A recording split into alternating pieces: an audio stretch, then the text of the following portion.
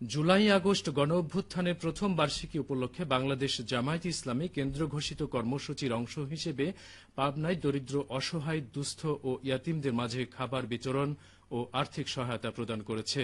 পাবনা পৌর জামাতের উদ্যোগে আজ দুপুরে পাবনা দারুল আমান ট্রাস্টে এই অনুষ্ঠানের আয়োজন করা হয়।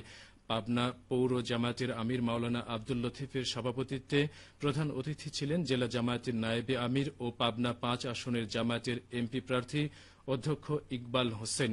এছাড়াও বক্তব্য রাখেন জেলা জামায়াতের সেক্রেটারি মাওলানা আব্দুল গাফফার খান, সহকারী সেক্রেটারি এস এম আব্দুল্লাহ প্রমুখ। বক্তারা বলেন, ছাত্র জনতার এই জুলাই আগস্ট গণ অভ্যুত্থানে সাহসী ভূমিকায় ছিলেন রিকশা চালক, খেটে খাওয়া মানুষরা। তাই আগামীতে দরিদ্র, অসহায় ও দুস্থদের নিয়ে জামায়াতে ইসলামীর বৃহত্তর ভাবনা রয়েছে। অসহায় মানুষের যে কোনো প্রয়োজনে জামায়াতে ইসলামী অগ্রণী ভূমিকা পালন করবে।